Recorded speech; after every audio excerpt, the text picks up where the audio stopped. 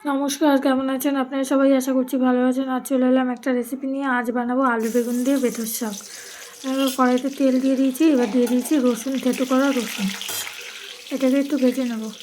ভেজে দিয়ে দিচ্ছি পেঁয়াজ কুচি। পেঁয়াজ কুচিটাকে একটু ভাজবো। দেবো কাঁচা লঙ্কা পরিমাণ মতো, যে যেমন ঝাল খেতে ভালোবাসেন সেইভাবে দেবেন। আমি এখানে 4টে দিয়েছি, অল্প একটু শাক তো তার জন্য।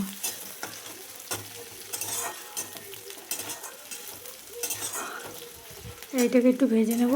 নিয়ে ওখানে লম্বা লম্বা করে আলু কেটে রেখেছি, যেমন আলু ভাজা হয়, টুকরো টুকরো করে বেগুন কেটে রেখেছি অল্প করে।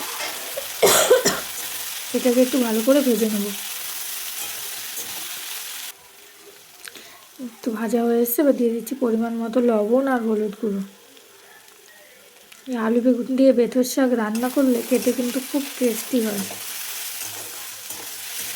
শুধু বেগুন দিয়েও খাওয়া যায় বা শুধু আলু দিয়েও খেতে ভালো লাগে।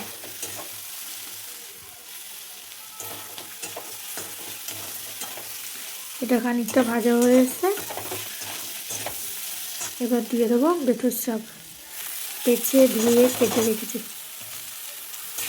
এটাকে এবার ভালো করে মিশিয়ে নেড়ে ভালো করে ভেজে নেব। দেখবেন কতটুকুনি হয়ে গেছে, একটুখানি একদম, এই যে এইটুকুনি হয়েছে। একাটি বেথর শাক খেতে কিন্তু খুব দারুণ হয়েছিল। কেমন হলো আপনারা জানাবেন, লাইক কমেন্ট শেয়ার।